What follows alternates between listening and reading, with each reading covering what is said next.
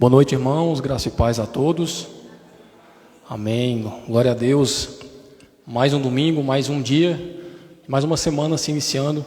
E graças a Deus, todos nós aqui com saúde, com disposição, com o Santo Espírito nos trazendo à casa do Senhor para louvar e glorificar esse Deus santo, ao nosso Senhor e Salvador Jesus Cristo. Amém? E hoje eu gostaria de convidar os irmãos, a partir desse momento, de ficarem em pé para nós orarmos, para nós começarmos o nosso culto engrandecendo o nosso Deus, orando a Ele. E a partir desse momento eu venho pedir a todos que estejam se desfazendo de todos os pensamentos ruins, de tudo aquilo que nós passamos durante a semana, todas as provações, todas as dificuldades. E a partir desse momento vamos estar concentrados na palavra, nos louvores, para rendermos glória e graça ao único Deus santo, que é o nosso Senhor e Salvador Jesus Cristo. Amém? Então vamos fechar os nossos olhos, vamos orar a Deus. Senhor, Pai Santo, Deus Eterno, muito obrigado por mais esse momento de estarmos aqui reunidos como Tua Igreja, através do Teu Santo Espírito, em corpo, em alma, que a partir desse momento, Senhor, o Teu Espírito esteja nos guiando, nos capacitando de acordo com a Tua Palavra, de acordo com os Teus louvores. Abra nossa mente, o nosso entendimento e o nosso coração, para que nós possamos cultuar ao Senhor em verdade e em espírito, que tudo aquilo que possa nos impedir de ouvir e entender a Tua mensagem, a Tua palavra, seja jogado por terra, seja tirado da nossa mente e do nosso coração a partir desse momento. Que o Teu Espírito possa, Senhor, nos instruir a toda a verdade e possa nos mostrar os caminhos que nós devemos seguir, de acordo com a Tua palavra, de acordo com a Tua vontade. É isso que nós te pedimos e te agradecemos em nome de Jesus. Amém. Amém, eu agradeço a oportunidade, gostaria de chamar o grupo de louvor. Boa noite, irmãos, graça e paz. Amém.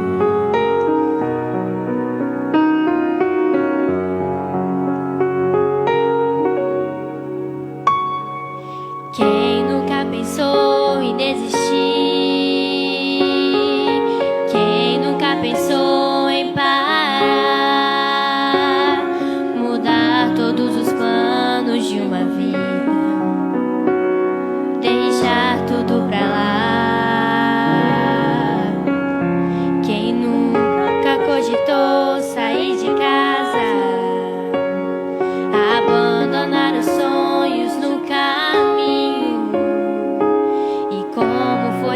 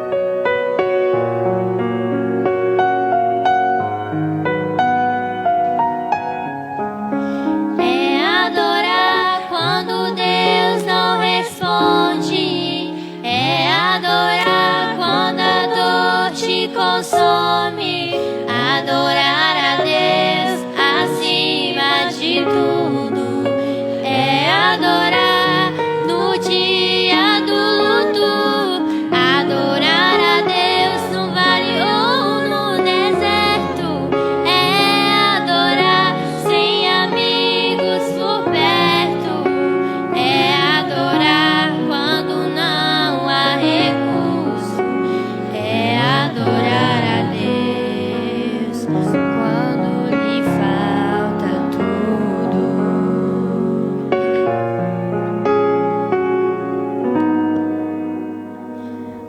Quando lhe falta tudo. Agradecemos a oportunidade.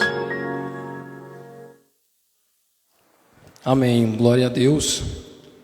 Como o hino próprio fala, é um tema muito específico. Adorar a Deus quando lhe falta tudo, quando a gente está na dificuldade. É muito fácil a gente adorar quando tudo está indo bem. É muito fácil nós agradecermos, né, nós estarmos felizes na tranquilidade da nossa vida. Mas quando aparecem as dificuldades, quando aparecem os problemas, é aí que mostra-se o verdadeiro adorador, onde nós estamos fundamentados, é onde nós enxergamos a nossa salvação, a nossa firme pedra, né, a nossa rocha preciosa, que é o nosso Salvador Jesus Cristo. E essa noite nós falaremos justamente sobre esse tema, um tema muito especial, um tema muito específico que deve ser pregado nas igrejas, mostrando que o sofrimento, que a perseverança, que as dificuldades, elas nada mais é do que parte do aperfeiçoamento, parte daquilo que Deus quer para cada um de nós, que vai nos moldar, vai nos aperfeiçoar, vai nos fazer cada vez mais santos, né? Hoje o pastor Rafael vai trazer a mensagem de Filipenses, que fala justamente desse assunto, perseverança dos santos, uma doutrina que tem que ser pregada e tem que ser lembrada diariamente por nós, para nós não nos esquecermos de tudo aquilo que nós passamos, das dificuldades, e nós não nos esquecermos onde a nossa fé tem que estar fundamentada diante de tudo isso, diante de todas essas aflições, né? O pastor vai trazer esse tema de forma mais aprofundada, mas eu gostaria de trazer uma reflexão a respeito desse tema também. Eu convido os irmãos a abrirem a Bíblia na primeira carta de Pedro, primeira carta do apóstolo Pedro,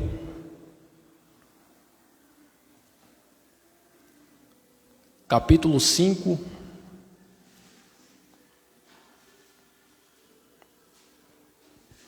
Primeira Pedro, capítulo 5, nós vamos ler o verso 10. 1 Pedro, capítulo 5, verso 10. Eu vou ler na versão da King James, uma versão um pouco mais tradicional, mas os irmãos vão conseguir acompanhar aí, independentemente da versão que estiver utilizando, tá bom? 1 Pedro, capítulo 5, no verso 10. E antes de ler, só para contextualizar, para a gente entender o que está se passando aqui, a primeira carta de Pedro é escrita pelo apóstolo Pedro, né, as igrejas, as províncias ali da Ásia Menor, e ele está dentro de um contexto de perseguição. Foi escrito entre os anos 62 e 64, depois de Cristo, e está dentro de um contexto de perseguição. Então o apóstolo Pedro, ele escreve a essas igrejas, ou a esse povo, tentando trazer um alento, uma calma, uma paz para um povo que estava sendo perseguido. E ele vai discorrer sobre isso, sobre santidade, sobre perseverança, sobre a dificuldade de você se manter firme, independentemente ou apesar dos problemas externos, na época do império, né, do próprio Satanás ali nos tentando, né, do nosso coração enganoso, da nossa carne. Então ele escreve mostrando que tudo isso, todas essas provações, tudo que nós passamos, e se nós somos de Cristo, tudo isso faz parte de um aperfeiçoamento. Tudo isso faz parte de Deus moldando e nos fazendo mais parecidos com Cristo, moldando o nosso caráter. Se a gente olhar aí no verso 7, né, voltar um pouquinho no verso 7, ele vai dizer para nós lançarmos sobre Ele, sobre Deus, sobre Cristo, toda a nossa ansiedade, né? Porque Ele está cuidando de nós, porque Ele cuida de nós. No verso 9 ele vai dizer para nós sermos sóbrios, para nós sermos vigilantes, porque o vosso adversário, que é o Satanás, que é o diabo, ele anda em derredor como a um leão que ruge, buscando a quem possa devorar. No verso 9 ele continua, ao qual resistis firmes na fé. E aqui o resistir firmes é tanto ao diabo, como todas as provações que vocês estão passando. Resistir firmes na fé, sabendo que as mesmas aflições se cumprem entre os vossos irmãos no mundo. Ou seja, vocês não estão sozinhos nessas tribulações. Vocês não estão passando por todas essas dificuldades sozinhos. Todas as pessoas que creem em Cristo no mundo estão passando por esse tipo de aflição. Naquele contexto, 62, 64 depois de Cristo, uma época de muita perseguição. E no verso 10 ele vai dizer: mas que o Deus de toda graça, que nos chamou para a sua eterna glória por Cristo Jesus, depois de terdes sofrido um pouco, vos aperfeiçoe, confirme, fortifique e estabeleça. Vou repetir: mas que o Deus de toda graça, que nos chamou para a sua eterna glória por Cristo Jesus, depois de terdes sofrido um pouco, vos aperfeiçoe, vos confirme, fortifique e estabeleça. E esse verso ele é muito poderoso, porque depois que o apóstolo Pedro traz toda essa narrativa de sofrimento, de aflição, de perseguição, aqui no capítulo 5, no finalzinho da primeira carta, no finalzinho do capítulo 5, depois de tudo isso, ele vai dizer: mas o Deus da graça, o nosso Deus, esse Deus que mandou o seu Filho unigênito, Jesus Cristo, morrer no madeiro, numa cruz, derramar seu sangue por mim e por você que crê nele, que esse Deus, ele possa te confirmar, que ele possa te conduzir, que ele possa te fortificar e te estabelecer através disso. Eu acho interessante porque ele coloca depois de ter sofrido um pouco, porque existe um período de sofrimento. Irmãos, não há exceção. Não existe um cristão que tenha uma vida sem sofrimento. Não existe. Todo cristão terá uma vida de sofrimento. Alguns mais, alguns menos, alguns de um tipo físico, alguns de tipo psicológico. Isso depende de cada chamado, de cada pessoa. O chamado para a salvação ele é individual, e o sofrimento também. Mas o sofrimento todos nós passaremos. E o texto vai dizer justamente sobre isso. Depois de ter sofrido um pouco, vocês vão sofrer. Mas depois que vocês sofrerem, aí vem a promessa.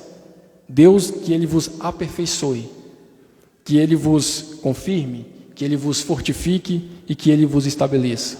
E eu trouxe o significado dessas 4 palavrinhas para a gente entender melhor esse contexto e para a gente entender melhor essa admoestação do apóstolo Pedro a essa igreja, a esse povo, A primeira aí é aperfeiçoar. A gente sabe que Deus, Ele nos aperfeiçoa através do Espírito Santo. E Ele nos aperfeiçoa justamente nos colocando em situações difíceis, nos colocando em situações que nós precisamos nos quebrar, que nós precisamos diminuir o nosso ego, que nós vamos precisar quebrar o nosso orgulho, que nós vamos precisar descer do pedestal. E são situações difíceis para o ser humano, porque nós, como seres humanos, não queremos passar por sofrimento. Nós detestamos sofrer. Só que o sofrimento, ele é parte da vida cristã, e sem o sofrimento, o ser humano ele não é moldado. Sem o sofrimento, o ser humano ele não é capaz de entender a vontade de Deus para a sua vida. Porque é preciso tirar um coração duro, um coração de pedra, e ser colocado num coração de carne. E esse coração duro, ele não quer ser moldado.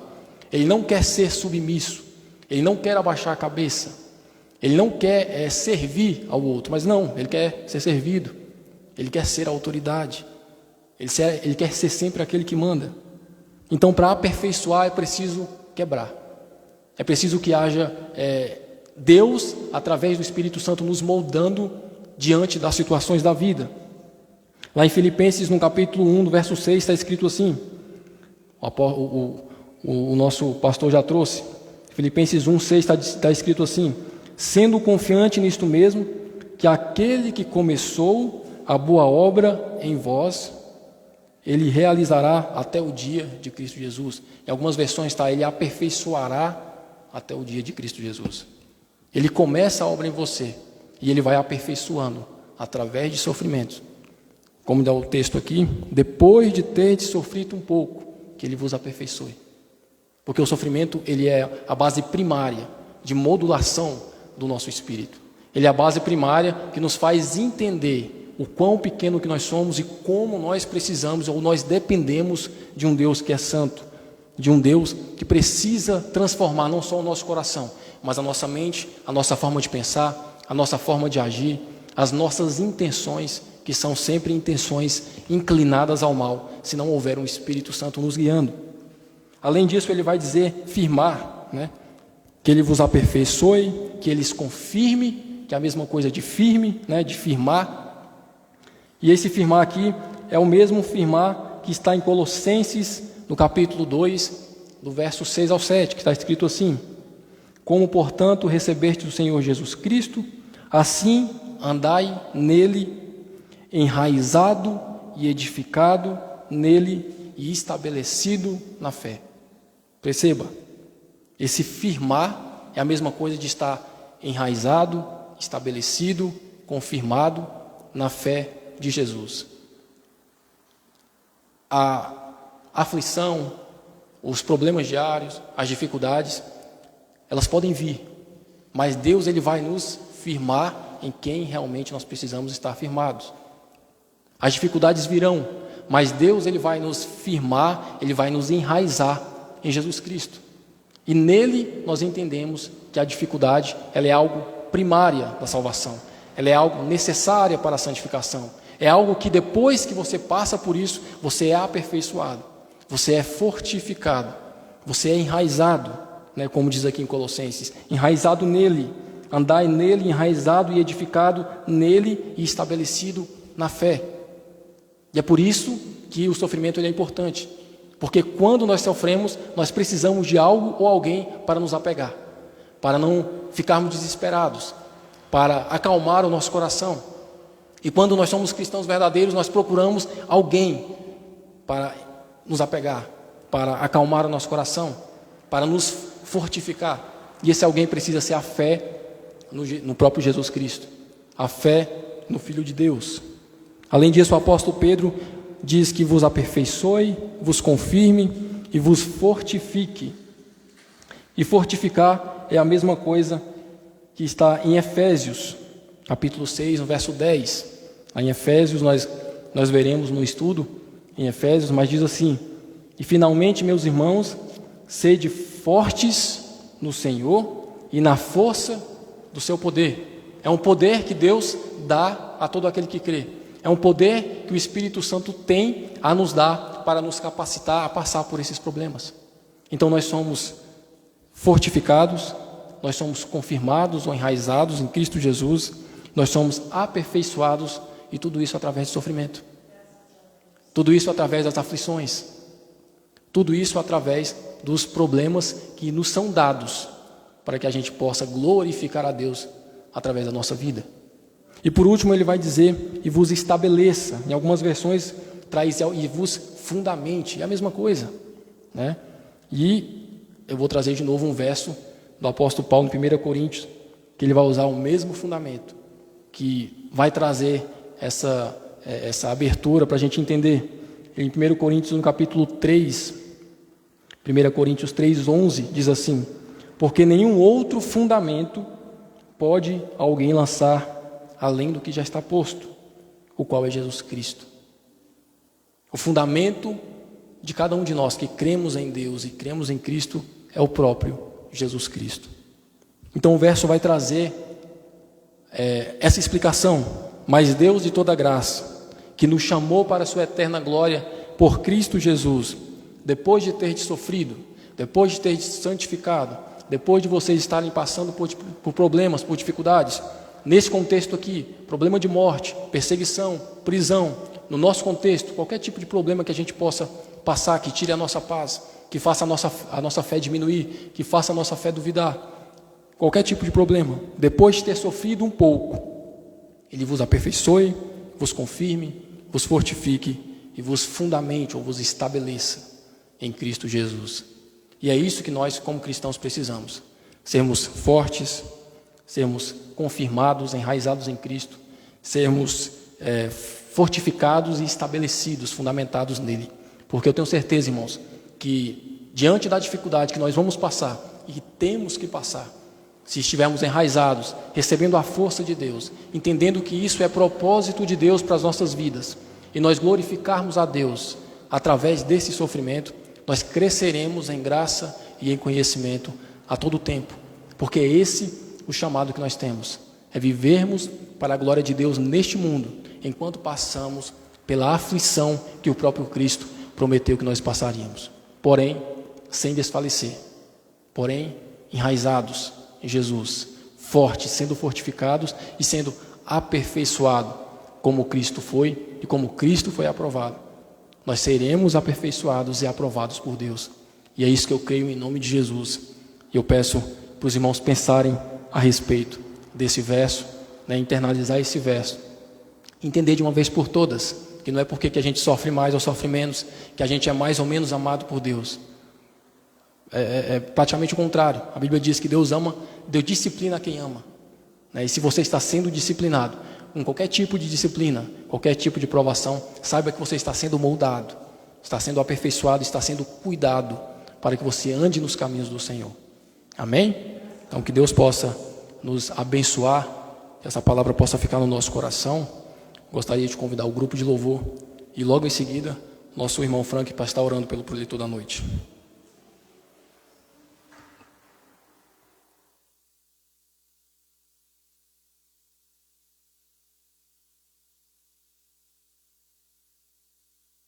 Amém, irmãos, boa noite, graça e paz.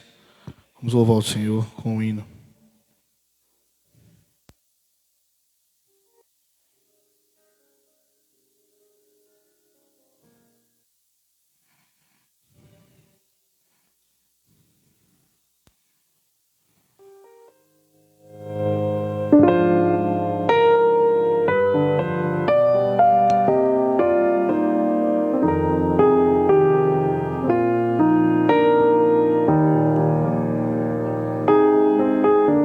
Ao único que é digno de receber a honra e a glória, a força e o poder, ao Rei eterno e imortal, invisível, mas real, a Ele ministramos o louvor. Ao único que é digno de receber a honra e a glória, a força e o poder, ao Rei eterno e imortal, invisível, mas real, a Ele ministramos o louvor.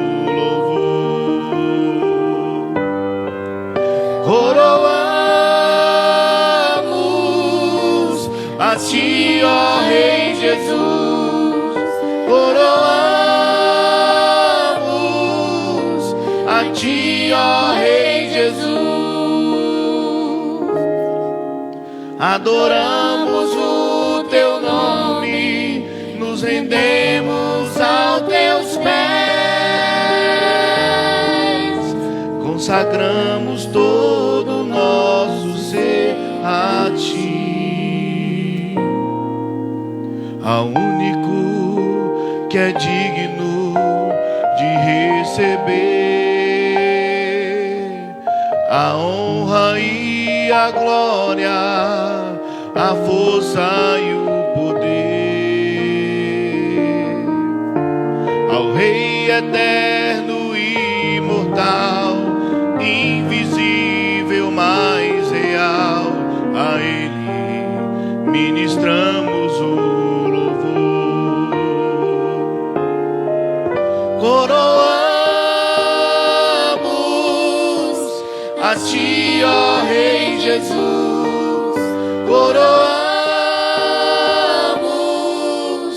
a ti, ó Rei Jesus. Adoramos o teu nome, nos rendemos aos teus pés, consagramos todo o nosso ser a ti. Coroamos a ti, ó Rei Jesus. Coroamos a ti, ó Rei Jesus. Adoramos o teu nome, nos rendemos aos teus pés,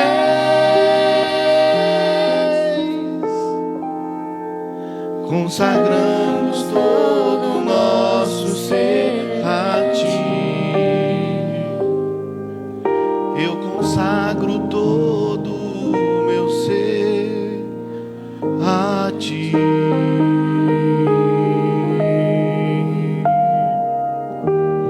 Agradecemos a oportunidade.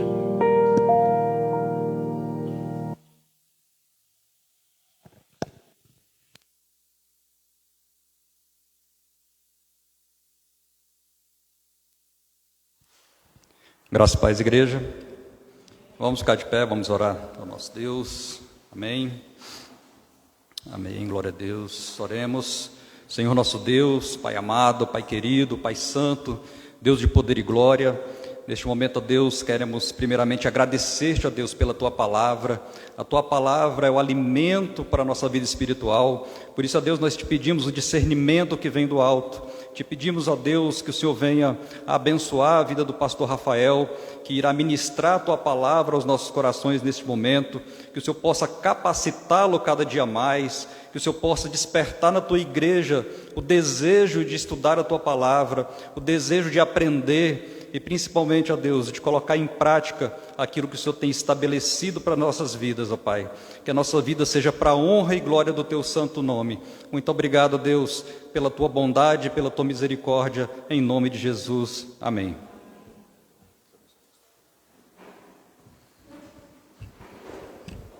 Amém, irmãos. Boa noite.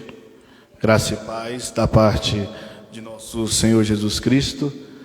Estamos mais uma noite, mais um domingo para a glória do nosso Deus, juntos cultuando o nosso Senhor Jesus Cristo, iniciando nossa semana de maneira especial, e eu sou grato a Deus pela oportunidade que Ele nos dá de estarmos juntos como igreja, como corpo de Cristo, cultuando, adorando o nosso Deus. Quero agradecer aos irmãos que estão conosco, agradecer àqueles que estão nos acompanhando pelas redes sociais, e que irão acompanhar posteriormente. Que Deus abençoe a vida de cada um dos irmãos. Amém, irmãos? Vamos sem demora. Gostaria de pedir aos irmãos, abram as vossas Bíblias. Carta do apóstolo Paulo aos Filipenses. Carta do apóstolo Paulo aos Filipenses. Hoje vamos dar início ao capítulo 3. Amém, irmãos? Capítulo 3. Os irmãos já sabem, já estão familiarizados. Cada pastor, todo domingo, tem trago pregações a respeito de livros, de livros da Bíblia que foram escolhidos para trazer de maneira expositiva, e corroborou, pela graça de Deus, dos 3 pastores escolherem cartas do apóstolo Paulo, e eu estou com a responsabilidade de trazer a carta aos Filipenses, que já estamos trazendo já há algum tempo, e hoje vamos iniciar o capítulo 3 para a glória de Deus. Amém, irmãos? Lembrar que eu e os demais pastores geralmente utilizam a versão King James 1611, não que nós não possamos usar qualquer outra, mas é a que nós mais utilizamos por ser algo mais tradicional, algo mais voltado para o original, mas independente da versão que você tiver aí, você vai conseguir acompanhar perfeitamente. Amém? Capítulo 3, versos 1 ao 11. Amém, irmãos? Deixa eu colocar uma água aqui.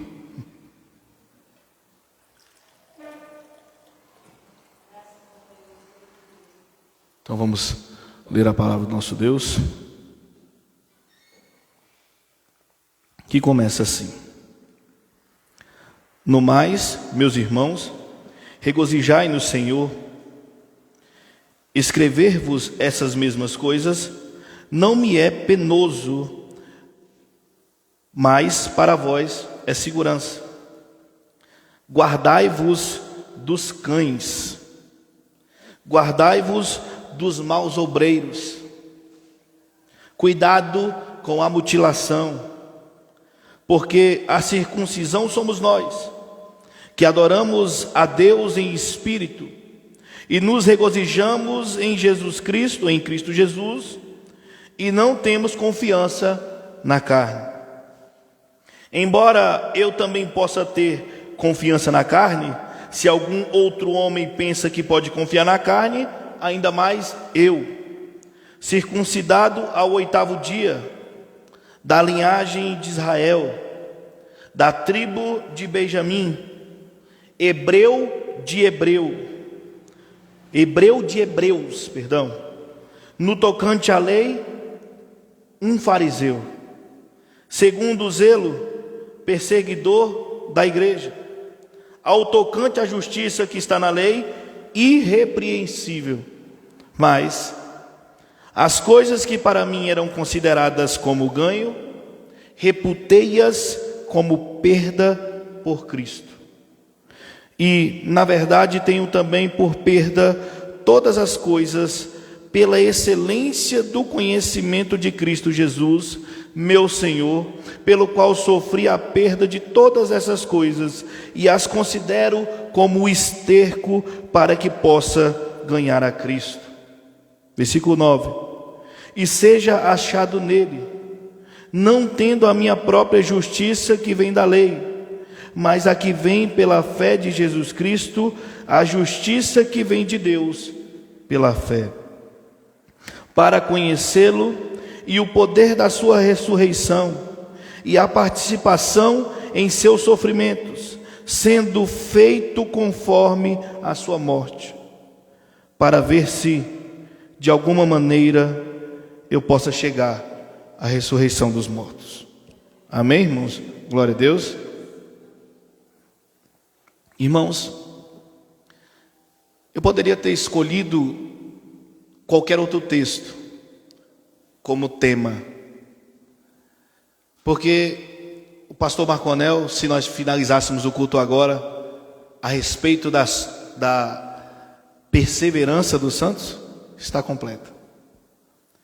E interessante que esse texto não nos parece ou não nos aparenta ter algo a ver com a perseverança dos santos. Nos aparenta talvez ter algo com a justiça ou a justificação, soteriologia, né? E a perseverança está dentro dessa doutrina. Mas nos aparenta ter algo a respeito da justificação, da fé em Cristo. Mas eu quero trazer ela com uma outra perspectiva para os irmãos. Com a perspectiva na que Paulo tem trazido aos filipenses. Eu quero que os irmãos lembrem que essa carta é uma carta de alegria. Mesmo Paulo estando preso, ele escreve alegremente a uma igreja que, no requisito de Paulo, ela é uma igreja fiel, que ajuda, que contribui, que é misericordiosa, mas que, como qualquer outra igreja, tem problemas. No capítulo 1 nós vimos que Paulo, ele dá aquela introdução, como sempre, apresentando, e ele começa a apresentar verdades, e ali no capítulo 1, o tema principal é a sublime soberania de Deus, a perfeição de Deus, ao qual nada vale mais do que o conhecimento e o amor a Deus. Ele fala, porque para mim o viver é Cristo, versículo 21, e o morrer é lucro ou ganho. E tudo que na minha vida acontece corrobora para o proveito do Evangelho, mostrando a soberania de Deus.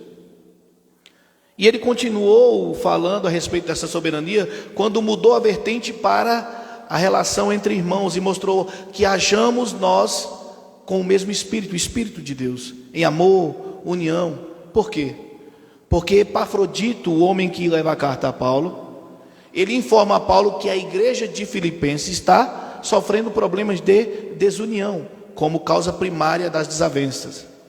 Mas essa desunião não via somente de caráter pessoal, mas vinha de caráter teológico, vinha também de caráter bíblico, caráter doutrinário.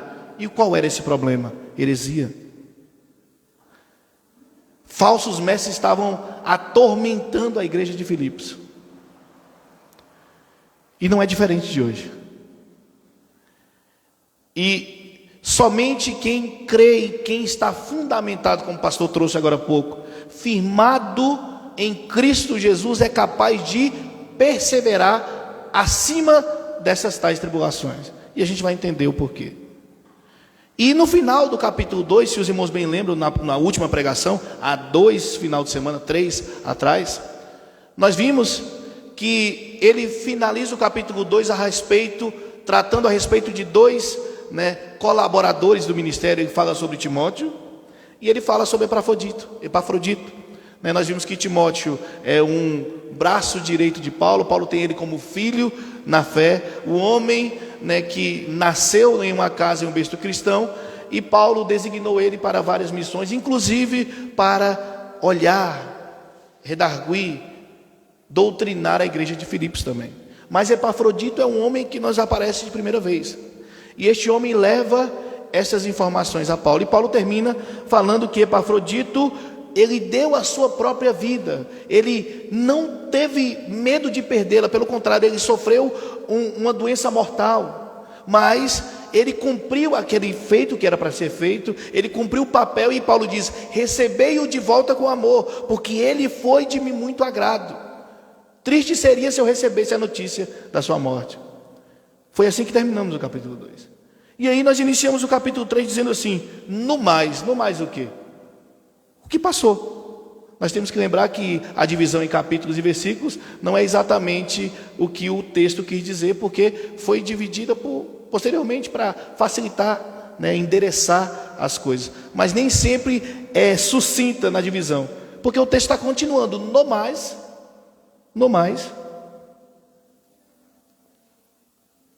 o que? Tudo que passou, tudo que ele fala a respeito da união, da perseverança, e ele já falou de perseverança, que ele fala do agir no mesmo espírito, que ele relata a vida de Timóteo e a vida de Epafrodito como testemunho.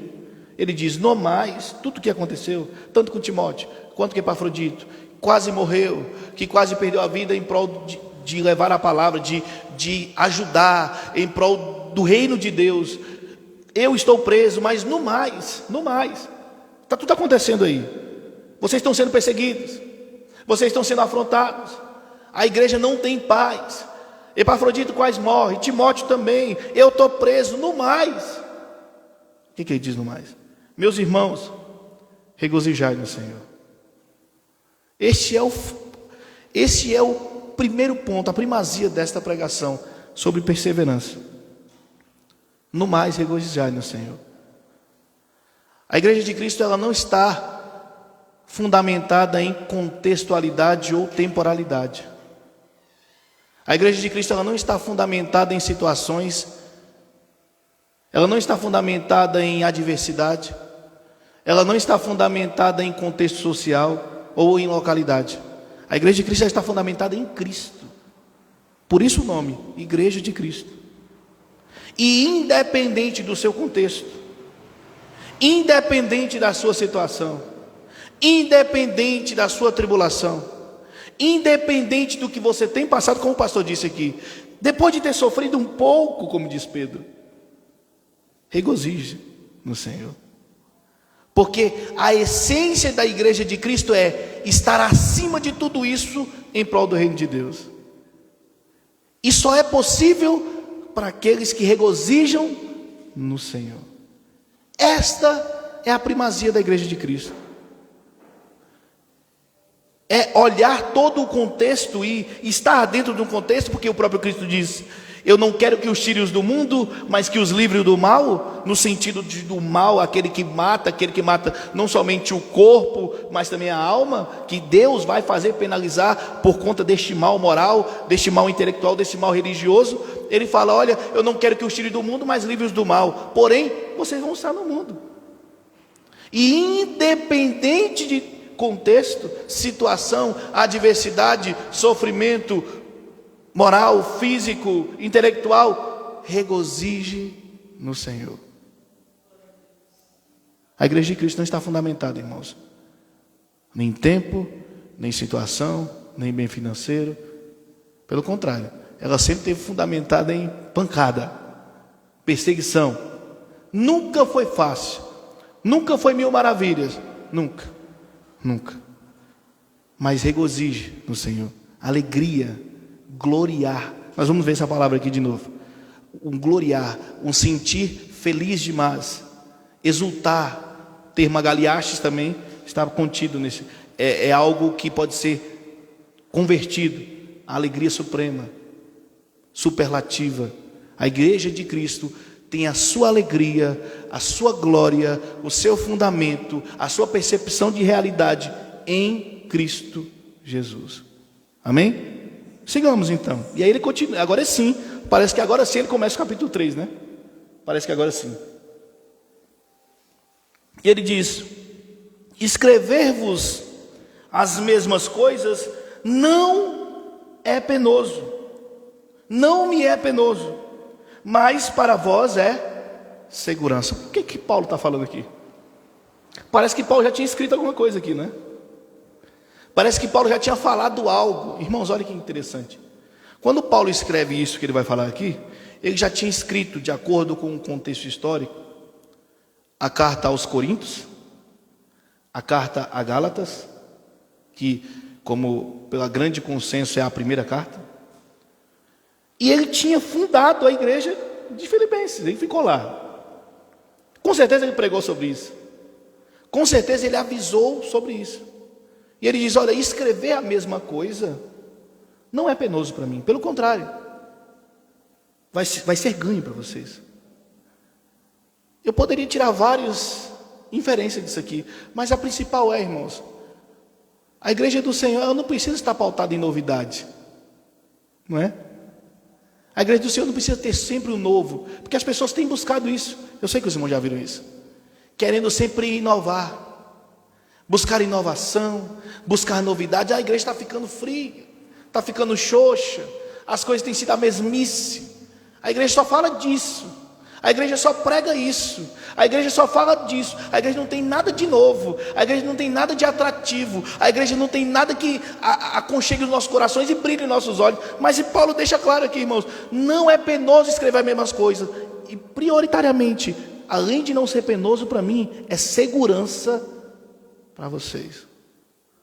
Porque se a mesma coisa que é para ser pregada e escrita é a Bíblia, ela aqui tem que ser pregada sempre. Esta é a mesma coisa que tem que ser sempre dita. E Paulo já tinha falado sobre isso. O que é isto que eu estou dizendo? Isto são as heresias. Olha que interessante. Paulo vai começar agora aqui um contexto a respeito de uma heresia daquela época. E eu tenho certeza que os irmãos já estão cansados de nos ouvir falar dela. Por quê? Porque, irmãos, naquela época, nós já dissemos isso aqui, né? Existiam heresias de vários contextos, mas as principais eram o gnosticismo, que estava começando, que é a busca por um conhecimento extra-Cristo, extra-espiritual, algo que eles tinham como uma espiritualidade já elevada, que, se a gente camuflar, é quase um místico espiritual hoje.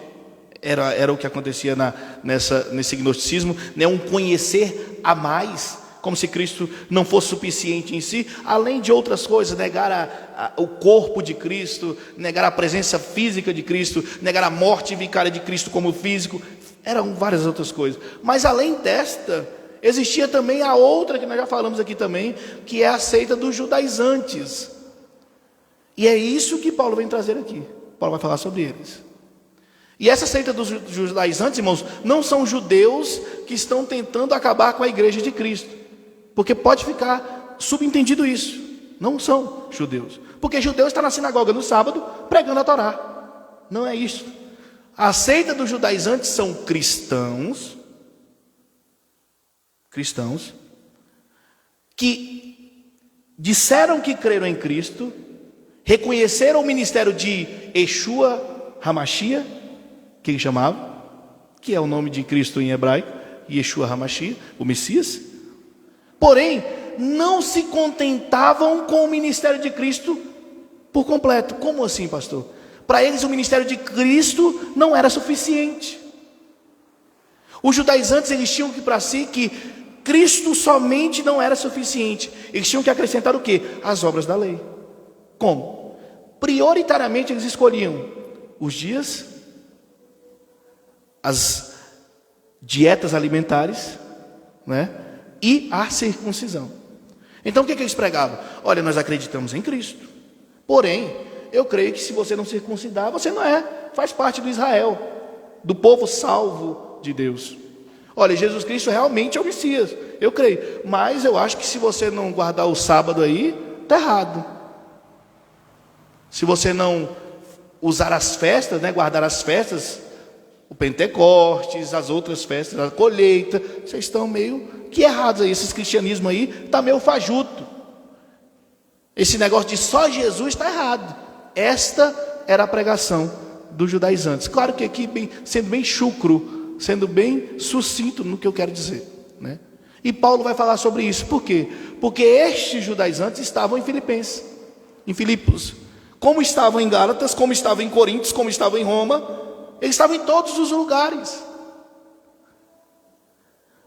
Uma seita que não admitia somente a obra de Deus, queria sempre concorrer com ela, queria sempre colaborar com a salvação. Qualquer semelhança não é mera coincidência.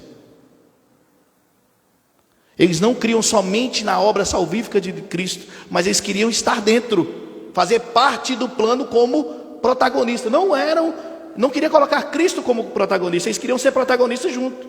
Esta era o fundamento da seita judaizante. E como eu disse, qualquer semelhança não é mera coincidência. Amém, irmãos? Então quando ele diz, eu já tinha escrito isso para vocês, e para mim não é penoso escrever, mas para vocês é segurança, é justamente sobre isso que ele vai começar a falar agora, sobre essa seita. Vamos lá? E ele começa no versículo 2 dizendo, guardai-vos dos cães. Vixe, o homem é bruto, irmão, mas não é brincadeira. Por quê? Muitas das vezes eu já li esse texto, já vi pessoas falando que Paulo estava sendo rude, né? Está sendo rude. Como é que Paulo precisava falar assim? Para que isso, né? Mas é interessante, irmãos, que era assim que os judeus chamavam os gentios, cães. Era um apelido, né, um termo usado pelos judeus para chamar os gentios. Olha que interessante, porque no nosso contexto parece esquisito. Por quê? Ah, que fofinho, chamou de cachorrinho, né? Mas não é não, irmãos. No contexto judaico, cão, naquela época, eram animais, como é que chama? Eu esqueço. Silvestre, né? Selvagens, pronto, perdão, isso. Animais selvagens, não domesticados, comiam restos de animais mortos. Se os irmãos lembrarem, né, do texto lá em 1 de Reis ou 2 de Reis, se eu não me engano, sobre a morte do rei Acabe, vocês vão lembrar disso, né?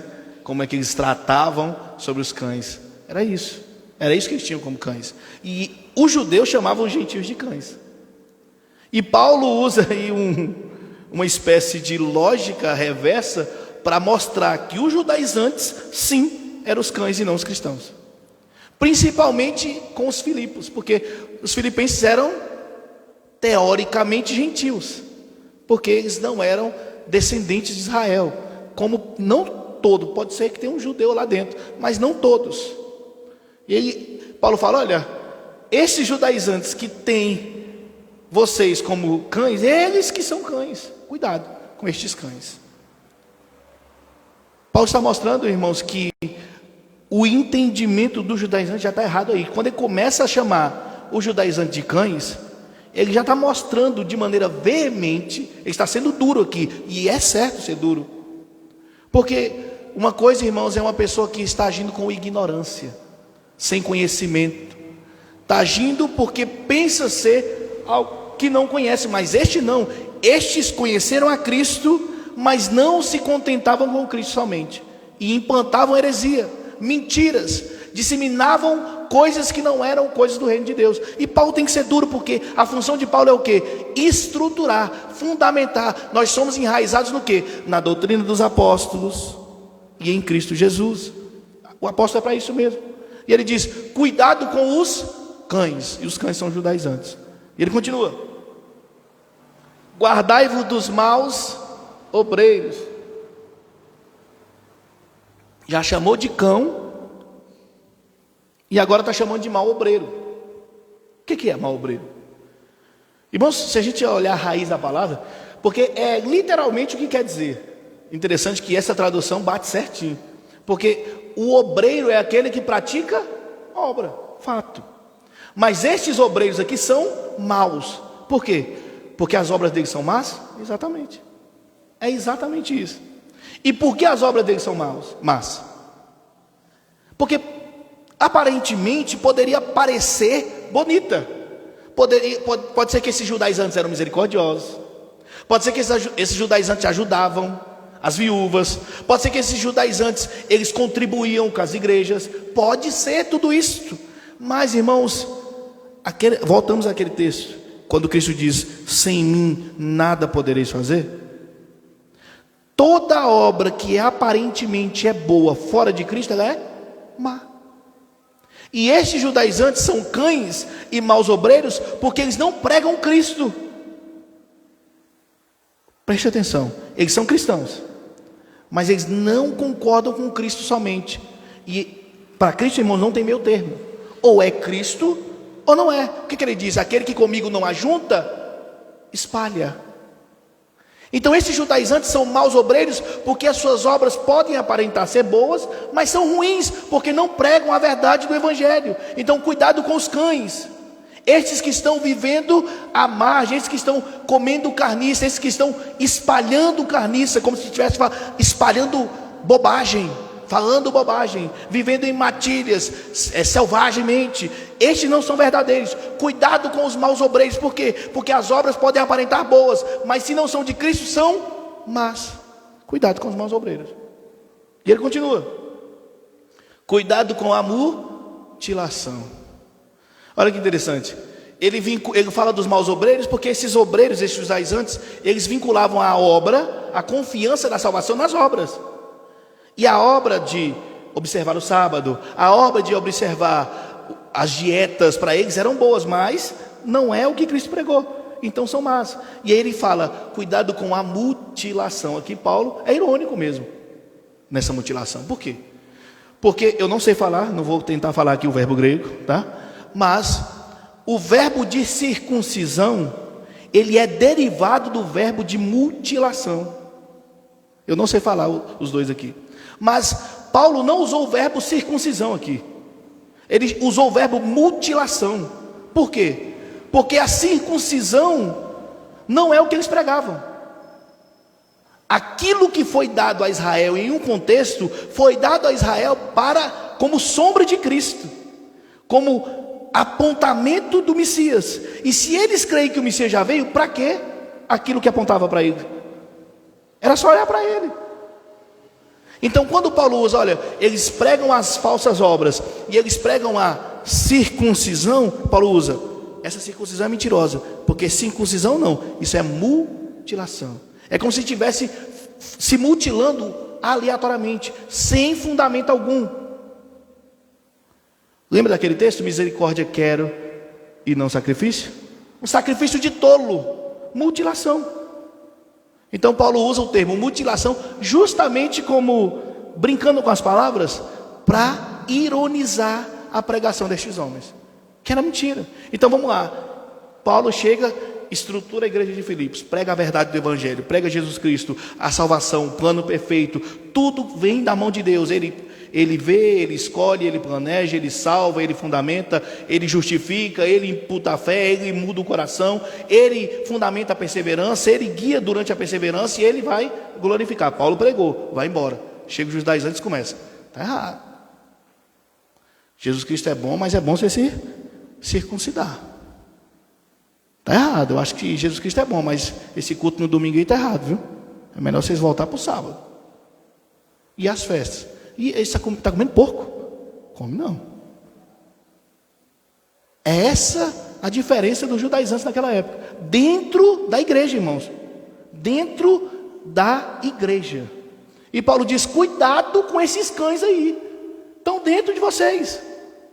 Cuidado com esses falsos obreiros. Eles estão perambulando dentro da igreja como obras mentirosas. Cuidado com esses mutiladores. Eles estão querendo cortar vocês à toa. Mutilar vocês à toa. E ele vai fundamentar o que ele diz. Versículo 3. Porque a circuncisão somos nós. Agora ele usou o termo circuncisão, não mutilação. Ele diz, a circuncisão somos nós que adoramos a Deus em espírito. Olha que interessante, irmão. Por que Paulo fala isso? Quando ele fala isso, irmãos, eu tenho certeza absoluta que tanto os filipenses, quanto os judaizantes entenderam. Porque mesmo para o povo de Israel, quando Deus institui a circuncisão como um pacto, como uma aliança, como uma separação de povos politeístas, era um povo que tinha que ser separado, realmente para ouvir Messias. Quando ele institui isso, ele coloca aquilo como um pacto, mas ele sempre lembra, se os irmãos lembrarem, os irmãos vão ver essa palavra em Jeremias, em Isaías, em Ezequiel, que a principal circuncisão é aonde? No coração. Mudança. Não adianta nada cortar o prepúcio e não mudar o coração. Não adianta nada. Não adianta nada se mutilar sem mudar. Porque a verdadeira adoração é em espírito, vem de dentro, é do âmago. Não é de um corte. Não é de uma observância. Não é de uma exterioridade. E ele diz, porque a circuncisão somos nós, que adoramos a Deus em espírito. Essa é a mudança. Jesus Cristo mesmo no seu ministério, ele diz, né? Vocês são falsos, incircuncisos de coração. Essa é a verdadeira circuncisão. Pastor Marconel trouxe bem aqui isso agora há pouco. É Deus que imputa em nós um coração de carne. Porque perceba, qualquer ser humano por si só não quer se circuncidar interiormente. Ele quer viver nas suas concupiscências. Ele não quer mudar, irmãos, ele quer estar dentro do lamaçal, porque esta é a natureza do homem, está dentro do pecado. E quanto mais está, melhor está. E quanto mais se afunda, melhor fica. Quando Deus muda o coração, Ele circuncida, Ele nos transforma, Ele nos regenera. Essa é a diferença. E a circuncisão então é a igreja. E quando eu digo igreja, eu não digo religiosa, eu não digo física, eu não digo quantitativo de pessoas. Eu falo de um povo que Deus conhece e que conhece a Deus. Ele diz, circuncisão somos nós, que adoramos a Deus em espírito. Então Paulo está colocando no bolo quem? Todo mundo? Não. Todos da igreja de Filipos? Não. Ele está colocando, somos nós que adoramos em espírito. E para adorar em espírito precisa de ter o espírito, né? O pastor Marconel trouxe isso aqui. E ele continua. E nos regozijamos em Cristo Jesus. Então perceba, quem é que é a circuncisão? Três tipos de... três âmbitos das pessoas que são circuncidadas em espírito. Circuncisão somos nós quem? Os santos, que adora a Deus em espírito.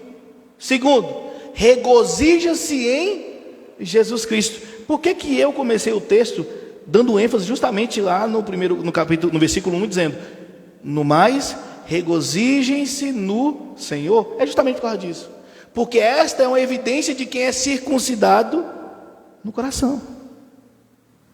Uma pessoa que não está fundamentada em Cristo, ela não tem como ser circuncidada no coração. Uma pessoa que está com os olhos mais nas circunstâncias, mais nas adversidades, mais nos problemas, que ela está mais ansiosa com o dia de amanhã do que com o reino de Deus, esta pessoa não está circuncidada no coração. Porque perceba, esta é uma evidência de quem é circuncidado: adorar em espírito e regozijar em Jesus Cristo. Confiança, independente da situação. Então ela adora em espírito, regozija-se em Jesus e, não menos importante, se eu não for demais, a mais importante, não tem confiança na carne. Olha aí. Então vamos recapitular de novo. Ele diz, no mais regozijo no Senhor. E eu vou escrever aqui para vocês, que para mim não é peso, mas vocês vão ficar seguros do que eu já disse. Cuidado com os cães. Cuidado com esses falsos obreiros. Cuidado com esses mutiladores. Por quê? Porque quem é circuncidado realmente somos nós, que adoramos a Deus em espírito, que regozijamos em Jesus e não concorremos com a salvação de Jesus. Pelo contrário, não botamos a nossa confiança nas nossas mãos, não agimos pelas obras da carne, não colocamos as nossas obras em comparação com o plano de Deus. É isso que ele está dizendo. Os judaizantes, eles estão ficando loucos. Por quê? Porque eles dizem que creem em Cristo, mas querem concorrer com o mérito da salvação. E isto não é o que a Bíblia diz. Não é o que Jesus Cristo pregou. Não é o que o plano de Deus nos mostra. A salvação vem de Deus. Nós já falamos, o pastor Marco Anel trouxe isso aqui na pregação em Efésios. Ele opera em nós o querer e o realizar. Ele opera em nós, vem dele. Então ele diz, quem é circuncidado é os santos mesmo. Por quê? Porque além de adorar a Deus em espírito e confiar em Jesus, regozijar, descansar, eles não confiam na sua própria força, nas suas próprias obras, na prática das obras da lei. Colocando num contexto geral. É isso que Paulo está dizendo. Então aqui ele já começou a cortar as pernas dos judaizantes, né? Perceba, toda a pregação do judaizante, ela é centrada em concorrer. Eu não vou dizer concorrer, eu vou dizer tentar colaborar com a salvação. E Paulo diz, está errado, mentiroso, falso, fajuto. Jesus Cristo é simplesmente único e suficiente. Não vá ninguém ao céu se não for por Jesus. E é só por Jesus, não é porque eu faço ou deixo de fazer. Não é porque eu quero e deixo de querer. É Jesus. Não é por sábado, circuncisão, dias da semana, não deixar de comer alguma coisa ou comer. Não é isso. É Jesus. E ele diz, não temos confiança na nossa carne. Não colocamos força. Não nos apoiamos. Não cremos que vamos conseguir pelas nossas próprias forças. Não colocamos Jesus como coadjuvante. Percebe, irmãos? Olha o que os judaizantes estão pregando. É como se Jesus Cristo fosse um coadjuvante esperando a minha e a sua ação. É como se Jesus Cristo estivesse oneroso ali, esperando o que eu e você vai fazer, para sim exercer o seu papel. Não é isso que a Bíblia prega. As nossas ações, elas estão sempre dentro do plano perfeito de Deus, quer para a vida eterna ou para a destruição eterna. A salvação é o plano perfeito de Deus, e Ele opera ela de maneira perfeita. Ele não age deixando brechas, Ele não tem plano B, Ele não precisa de um substituto, Ele não precisa de um coadjuvante, não, Ele é Deus, Ele é Jesus. Então cuidado com os cães, cuidado com os falsos obreiros, os maus obreiros, cuidado com os mutiladores. Confie em Deus, regozije-se em Jesus. Não confie nas suas próprias mãos, nas suas próprias obras, nas obras da lei, no que você faz, porque vai dar errado. Já deu errado. Porque se não tivesse dado errado, Jesus não tinha vindo. Aí ele começa agora, irmãos, a colocar o seu exemplo para corroborar com o que ele está dizendo. Olha, e é interessante, porque Paulo geralmente ele não usa ele como um exemplo de alguma coisa, Mas em alguns textos, em Corinto, a gente vai ver, 2 Corinto, aqui em outros textos, nós vamos ver ele usando isso aqui, é quando ele está muito bravo mesmo com as heresias que está acontecendo na época, com o povo mentindo, colocando em xeque a autoridade apostólica dele, ou mentindo a respeito do nome de Jesus. Ele sempre vai usar isso aqui. Aí ele vai e dá uma dura. Se eu não me engano, em 2 Coríntios capítulo 12 ele faz isso. Aqui ele vai começar com esse mesmo exemplo. Ele vai usar a si mesmo como exemplo. Ele começa: embora eu também possa ter confiança na carne, se algum outro homem pensa, marquei, pensa, que pode confiar na carne, ainda mais eu. Olha que interessante, Paulo, agora ele começa a se colocar como um homem e vai mostrar o pensamento dele anterior a Cristo. Ele fala: olha, embora eu possa ter confiado na carne, e algum homem pensa que pode confiar na carne, imagina eu.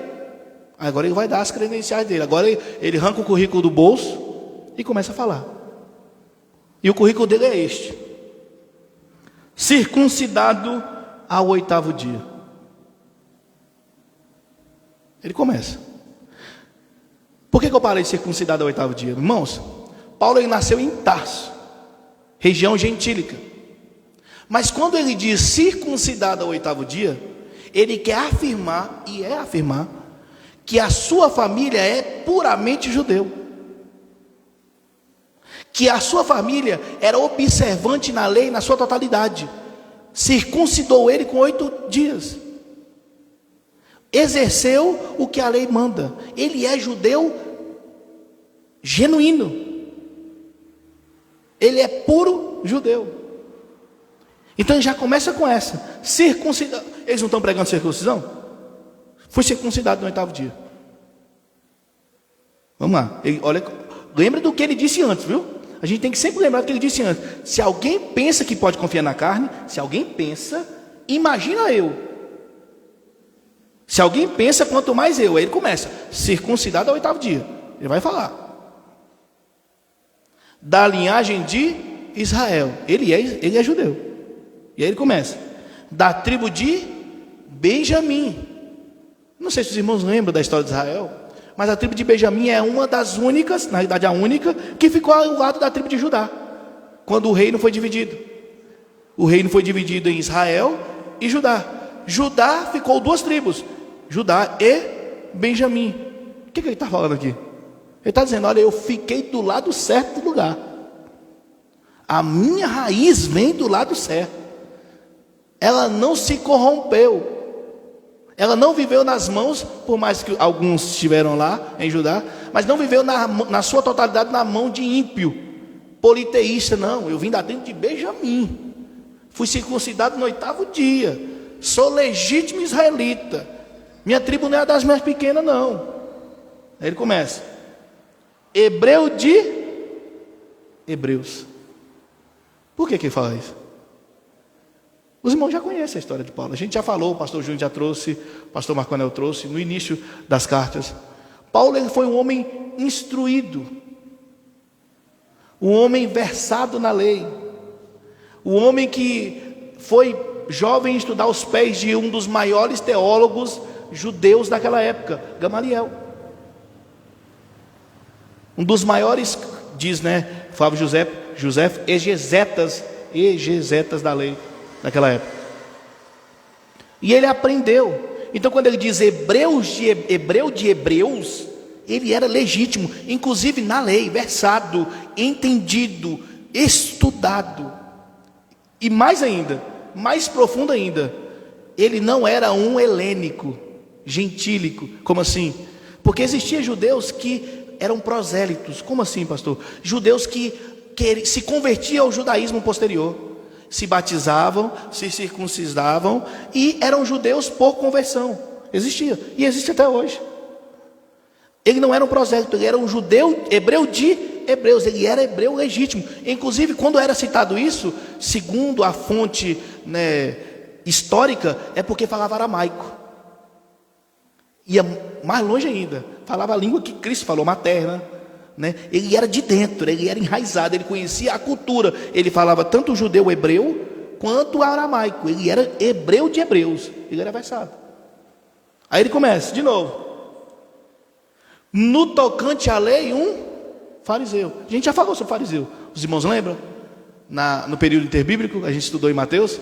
A gente falou sobre isso, né? Que existiam classes, né, dentro do judaísmo, que são zelotes, que eram aqueles que guerreavam, né? Que eram afrontadores de Roma, não gostavam de Roma, do domínio de Roma e brigavam. E a gente sabe que dentro dos apóstolos existia um zelote, né? Existe um zelote, é o Simão Zelote, né? Ele fazia parte dessa tribo, dessa casta aí é como se fosse divisões dentro do judaísmo. E existiam os fariseus, saduceus, escriba, essênico, zelote e vários. E ele era um fariseu. Quem era um fariseu? Fariseu era aquele que era separado. A palavra fariseu é o termo separado. Separado para quê? Para estudar, para ser piedoso, para ser versado na lei. Então ele era um cara que realmente conhecia. Ele é um fariseu. Quando ele se intitula fariseu, ele está dizendo: olha, se vocês pensam que conhecem lei, eu conheço realmente. Eu nasci e estudei para isso. Tem cursos de teologia, né, hoje. Ele é um teólogo judeu. Ele é um homem estudado. E ele diz, segundo o zelo, né? Um fariseu ainda diz, segundo o zelo, está aí, para corroborar com o que eu disse. Fariseu, versículo 6, segundo o zelo. Ele é zeloso na lei, separado para a lei. E ele vem, segundo a lei, eu me embananei, no tocante à lei, fariseu. Vamos lá, parou. Versículo 6, segundo o zelo, perseguidor da igreja. Então vamos lá, além de ser fariseu, piedoso, separado para a lei, ele era tão zeloso que ele perseguiu qual? Que igreja? Igreja de Cristo. Antes de ser chamado ao caminho, ele era a seita dos nazarenos. Então ele perseguiu a chamada pelos judeus seita dos nazarenos, ou a seita do caminho. Ele era um perseguidor. Por quê? Porque ele tinha que a igreja de Cristo era uma seita. E ele era zeloso, ele não poderia deixar isso se expandir. Da mesma forma que ele não está querendo deixar os judaizantes. Da mesma forma que ele chamou os judaizantes de cachorro, de cães, falso obreiro. Quando ele era zeloso, ele agiu com a igreja. Segundo ao zelo, perseguidor da igreja. No tocante à justiça que está na lei, olha aí, irrepreensível. Vamos lá, Paulo não está sendo herege aqui quando ele diz isso. Por quê? Muitas pessoas leem esse texto e pensam que ele está falando que não pecava. Não é isso. Ele está dizendo que no cumprimento das obras da lei, no quesito ser circuncidado, observar os dias, observar a alimentação, as orações. Você lembra das 633 regras? O que era capaz de fazer, ele era irrepreensível. É isso que ele está dizendo. Ele observava a lei. No tocante à justiça da lei, no que era pregado pelos judeus, que justificavam o judeu, ele fazia. Ele era irrepreensível. E aí o versículo 7 ele começa a abrir, porque as pessoas pensam que podem confiar na carne. E fala, olha, se vocês pensam que pode confiar na carne, eu poderia pensar muito mais, porque eu sou tudo isso. Eu fui tudo isso. Circuncidado, hebreu de hebreus, tribo de Benjamim, fariseu, zeloso, irrepreensível. Eu poderia confiar na carne? Poderia. Mas confio? Não. Por quê? E começa. Mas, versículo 7. Mas as coisas que para mim eram consideradas como ganho, reputei-as como perda por Cristo. A gente sabe quando foi isso, não sabe? A gente conhece a história dele indo viajar para Damasco, com a missão de perseguir a igreja. Tem aquele encontro com Cristo. Cristo fala, rapaz, não recalcitra contra os arguilhões. Quem é tu? Eu sou aquele que você tem perseguido. A gente sabe quando ele viu, quando ele conheceu. Vá para casa, Vai lá curar você, Jazinho, vai ficar cego aí até ele chegar, né? A gente conhece o prazo que ele ficou estudando, foi rejeitado pela igreja de Jerusalém, foi estudar, voltou, ficou bravo com Pedro. A gente conhece a história. Este homem conheceu a Cristo. E aqui é o ponto, irmãos, que uma conversão, uma regeneração, ela parte do pressuposto do conhecer, do encontro com Cristo. Perceba, antes de Cristo ele era tudo isso: zeloso, irrepreensível, circuncidado, judeu, hebreu de hebreus, fariseu, ele era tudo isso. Mas quando viu Cristo era tudo porcaria. Ele teve tudo como perca. Se eu falar o que o termo perca diz aqui, a gente pode ser banido do Instagram. Mas é próximo a esterco. Ele fala esterco ainda no próximo versículo. O termo perca aqui, você pensa naqueles dejetos, né? Dejetos que o ser humano não pode aproveitar, e o corpo ele nutre, pega os nutrientes, depois ele dejeta. É isso aí que vocês estão pensando. Essa é a perca que ele quer dizer aqui. E esse é o sentido literal, irmão. Ele está dizendo isso. Mas as coisas que para mim eram consideradas como ganho, reputei-as, joguei para cachorro, lancei para os animais, para os cães, lancei como sobra, como perda por Cristo. Por Cristo. Foi por quê? Foi por qualquer outra coisa? Não, foi por Cristo. E ele, versículo 8, ele diz: e na verdade tenho também por perda todas as coisas, pela excelência do conhecimento de Cristo Jesus meu Senhor, pelo qual eu sofri a perda de todas essas coisas, e as considero como esterco, para que possa ganhar a Cristo. Olha aí, irmãos, é por isso que ele embasou o que ele disse. Se alguém pensaria que poderia confiar na carne, imagina eu confiava. Eu cria veementemente que eu podia me justificar. Eu cria veementemente que eu podia me salvar. Porque eu fazia tudo na risca. Eu era um judeu, eu era um puro sangue judeu. Porém, quando eu encontro Cristo, eu vejo o quê? Que não valeu nada. Que é tudo perca. Que a minha tradição, que o meu entendimento, que a minha força, que as obras da minha carne não valem nada quando o quesito é salvação. Não valem nada quando o quesito é justificação. Não valem nada quando o quesito é perseverança. Não vale nada quando o quesito é santificação. Não vale nada quando o quesito é glorificação. Não vale nada. Porque o que vale é Jesus. Ele é suficiente. E eu tive como perca quando eu conheci o Senhor, ele diz versículo 8, quando eu peguei a excelência no conhecimento de Jesus Cristo, meu Senhor, pelo qual sofri a perda de todas essas coisas, considero isso como esterco. Então tudo que ele falou, presta atenção, tudo que ele falou, ele considera como o quê? Esterco. Irmãos, ele pegou a cultura judaica, jogou, massou, jogou no lixo. A religiosidade, não estou falando cultura no sentido amplo, estou falando o que os judaizantes pregavam como salvação. Claro que isso, a cultura não é o problema, é a mentira, é a falsa religiosidade, é a má obra, é a concorrência para a salvação. Este era o problema. Ele pegou tudo isso, amassou, jogou no lixo. Perca. Tudo o que eu vivia foi perca, tempo perdido. Tive que largar tudo isso para conhecer Cristo e conhecer e ganhar Cristo. Esse termo ganhar, para aquele que não entende o Evangelho, vai pensar que já é de novo força de vontade, né? Vai pensar de novo que é obra da carne, mas não é obra. A gente já viu aqui, a obra da carne é perca. Ele ganhou o Cristo porque conheceu. Ele ganhou o Cristo porque Cristo se revelou para ele. Cristo abriu o entendimento dele. Cristo colocou um coração de carne no lugar do coração de pedra.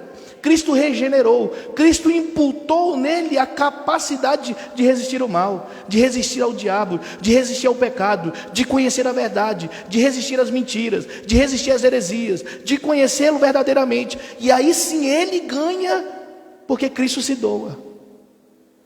Cristo não se compra. Cristo não se conquista a pulso. Cristo se doa e você ganha. É graça. É isso que ele está dizendo. Eu ganhei. E quando eu ganhei, eu vi que tudo era Esther. Porque quando eu olho para trás e vejo que tudo que eu fiz, eu vi que eu não ia ter o mínimo de chance de conseguir ganhar esse Cristo. O mínimo. Mas eu ganhei. De graça. Então era tudo esterco. Tudo mentira. Entenderam aí? E ele continua.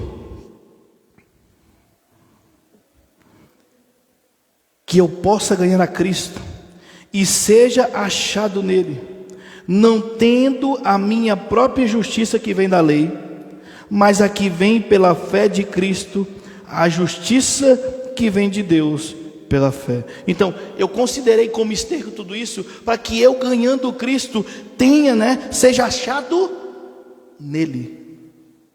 Corpo com Cristo, um com Cristo, aquela união. O que a igreja é com Cristo? Cordeira, filho. Um povo que não comprou, que ganhou. Um povo que não agiu pela própria força, mas foi agraciado. Deus agiu com misericórdia. Ele quer ser achado nele, neste Cristo. E por isso ele considerou tudo antes como esterco. E ele diz, não tendo a minha própria justiça que vem da lei. Olha aí, irmãos, eu tenho visto com os meus filhos lá em casa sobre isso, falando da lei, e eu apresentei para eles a verdade sobre a lei, porque a lei é santa, a lei é perfeita, a lei mostra o caráter de Deus, a santidade, a justiça, o amor. Porém, da mesma forma que a lei de um lado reflete o caráter de Deus, vamos supor que a lei está aqui, ela reflete o caráter de Deus de um lado, ela refletindo do outro lado o meu e o seu caráter. Qual? Nenhum. Não vale nada. Não temos a capacidade de chegar a Deus, de conhecer a Deus, de seguir a Deus, de servir a Deus de maneira perfeita, porque a lei mostra quem Deus é, inalcançável pelas nossas próprias mãos. E ele diz, não para que eu tenha justiça pelas obras da lei. Por quê? Porque não tem, não alcança, não consegue. Qual a justiça que ele quer? A que vem de Cristo. Ele diz, mas que vem pela fé de Cristo. Porque Cristo é este Deus que entrega-se a si mesmo em favor da justificação daqueles para qual o Pai escolheu. A única possibilidade de eu e você estar com Cristo e com Deus é sendo justificados por Cristo. Porque justificação pela lei, pelas próprias forças, pelas obras da lei ou da carne, não é possível. É somente por Cristo. Ele diz, eu não quero ser achado pelas obras da minha própria lei, mas pelas obras da fé em Cristo. E ele diz, da fé em Cristo, da justiça que vem de Deus pela fé. Vem de onde, irmãos? A justiça vem de onde? Acabou. Vai confiar na carne? Vai confiar nas obras da carne? A justiça vem de Deus. Olha que interessante. Deus é justo, Ele quer que sejamos justos, e nós seremos justos porque Ele nos capacita a ser justos. E eu e você vamos querer ser justos porque Ele colocou em nós um coração novo, regenerado, que nos faz querer ser justos. Porque antes, como Paulo, poderia se vangloriar na lei, na obra, no mérito, na própria força, mas quando Ele transforma, a gente vai enxergar. Por que você está aqui, irmão? Você sabe, os irmãos sabem, vocês só estão aqui porque enxergam que em si mesmo não tem jeito. Não tem. É o que Paulo está dizendo. Cuidado com esses cães, com esses mentirosos, falsos obreiros, mutiladores, que pregam que tem forças em si mesmo, que tem poder nas suas próprias obras, que a observância de lei, de dia, de circuncisão, de obra, de comida, vai levar a alguma coisa, e não vai, porque o que leva à justiça é Cristo, vem de Deus. Eu pensava que poderia confiar, quanto mais eu, que era tudo isso e não posso, tive tudo como esterco, tive tudo como esterco, não posso, porque eu encontrei a Cristo, e vi que sem Cristo, não posso fazer nada. Versículo 10.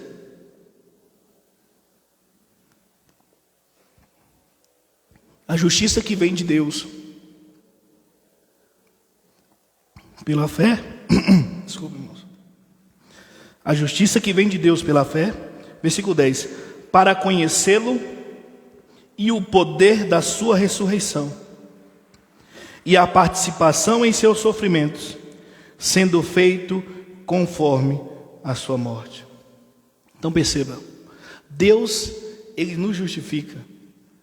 A justiça vem de Deus, na verdade, Deus nos imputa a fé e nos faz crer em Jesus Cristo que nos justificou. E essa justificação nos faz, de acordo com o versículo 10, conhecer. E conhecer o poder da ressurreição, nos mostrando que o sacrifício de Cristo, a ressurreição de Cristo, nos torna participantes de seu sofrimento, nos torna sendo conforme a sua morte. O que é, irmãos, conforme a sua morte? É que da mesma forma que Cristo veio, morreu e ressuscitou, eu e você, sendo participantes disso, morreremos, mas ressuscitaremos também. Temos a perspectiva de vida eterna. Seremos justificados para uma vida eterna. Logo, regozije-se no Senhor. Aqui não é o foco, a perspectiva não é essa, o foco não é este. Cuidado com a visão.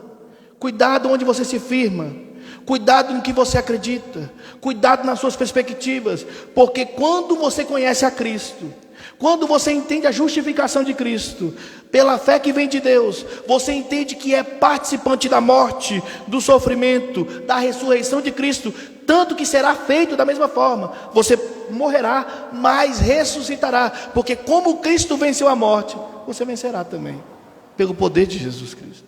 É o que ele está dizendo aqui. E ele termina com o versículo 11 dizendo, para ver se de alguma maneira eu possa chegar justamente à ressurreição dos mortos. Vamos fazer aqui algumas aplicações rápidas quanto a isso. Eu comecei a pregação dizendo que ele finaliza o capítulo 2 pedindo para as pessoas regozijarem em Cristo Jesus, porque os filipenses estão vendo aquela terrível situação que Paulo está preso, o que Epafrodito passou, as lutas que a igreja passa. Com certeza eles têm conhecimento do que a igreja de Tessalônica passa, do que as outras igrejas passam. Eles ajudam a igreja de Jerusalém. Eles sabem como que a perseguição lá dentro está ferrenha. Mas Paulo fala, regozije-se, confie. Seu fundamento não é aqui, seu foco não é este, sua perspectiva não é esta. Regozije-se no Senhor. Mas eu entendo, Paulo diz, eu vou escrever de novo. Não, para mim não é duro escrever, mas vocês vão ficar seguros, entendendo, cuidado com as mentiras, as heresias, cuidado com os cães, cuidado com os judaizantes, que são falsos obreiros, que são mutiladores, que querem colocar força nas obras. Mas circuncidados somos nós, que cremos em Deus, que adoramos em espírito, que regozijamos no Senhor e não botamos fé, força na nossa obra da carne. Logo, irmãos, como eu disse no início, não existe coincidência, não é mera coincidência. As semelhanças que a igreja atual passa. Muito parece que as heresias são novas, mas elas só são camufladas. Uma nova roupagem das heresias que aconteciam, das coisas que se passaram, docetismo, gnosticismo, judaísmo, judaizantes e vários outros. Mas dentro da igreja existem os membros da igreja, entre aspas, que estão aí dissimulando, disseminando heresias, mentiras, contradições. Hoje nós vimos uma heresia que compactua com a obra das mãos. Ele diz: Cristo não é suficiente, eu tenho que fazer algo. Cristo não é suficiente, eu tenho que ajudá-lo. Eu tenho que concorrer com isso. Eu tenho que ir fazer as minhas coisas, porque senão eu não vou alcançar a Cristo. E Paulo disse: isso é mentira. Irmãos, quantos de vocês verem isso hoje em dia? O que é mais difícil você ver, pelo contrário, é mais difícil você ver pregar Cristo somente do que as heresias que são pregadas.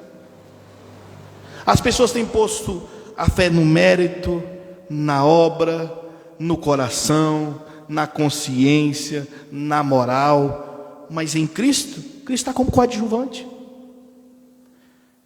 Infelizmente, irmãos, nas igrejas, e eu não digo 100% porque eu seria hipócrita, mas na grande maioria das igrejas hoje, o que você vê é o ser humano no centro. O ser humano como a obra principal. A história está girando e sendo centralizada no ser humano. É porque você pode, é porque você faz, é porque você é porque você é um presente, é porque você merece, é porque se você não ganhar, você não está crendo. O ser humano, ele ama isso, irmãos. Isso começou com o racionalismo, né? Com o humanismo. A igreja primitiva não cria assim, não. Os pais da igreja não pregavam isso, não. Colocando o ser humano como centro. Isso é heresia pura, irmãos. Mentira. Como eu dizia antigamente, mentira de Satanás. É mentira mesmo, irmãos. Cuidado. Cuidado com os cães. Cuidado com os falsos obreiros. Cuidado com essas teologias que acalentam o coração e o ouvido e te mandam para o inferno. Acalenta o coração e o ouvido, corrompe a sua mente e te guiam para a perdição eterna. E pastor, e cadê a perseverança? Perseverança é essa, irmãos. Perseverança é você. Os irmãos já entendem a perseverança? Que a perseverança é pós-justificação. Você tem um estado, você tem um estágio até a glorificação. Nós chamamos de santificação, perseverança dos santos, que é, você foi justificado, regenerado, e você será glorificado quando Cristo vier, com um novo corpo, em glória, com Cristo, ver a Cristo como Ele é. Mas nesse estágio existe um tempo, existem situações, existem problemas, existem perseguições, existem mentiras e heresias, e essas perseguições, essas mentiras e essas heresias vão afrontar muitos. E se você não está fundamentado em Cristo, você cai. A sua perseverança está totalmente vinculada ao conhecimento de Cristo. Veja, quantas heresias hoje dizem que o conhecimento é chulo, não necessário, supérfluo. Quantas igrejas hoje não pregam que você precisa aprender, conhecer, buscar, entender, viver? Para isso basta você ir. Um conhecimento raso, supérfluo, bobo. Mas nós vimos aqui que Paulo fala: cuidado com os cães. Cães, quem eram esses cães? Estavam dentro da igreja, disseminando heresia, mentira, problema. E se você não conhece, você cai. E se você não conhece, você acredita. Você é levado pelo engano. Quantas pessoas são levadas pelo engano, pelas mentiras, comendo da mão de falsos mestres, de falsos obreiros, e acreditando que aquele alimento é sólido, verídico, porque não conhece. Vocês pecam, que diz o texto, vocês pecam por não conhecer a Escritura, nem o poder de Deus. As pessoas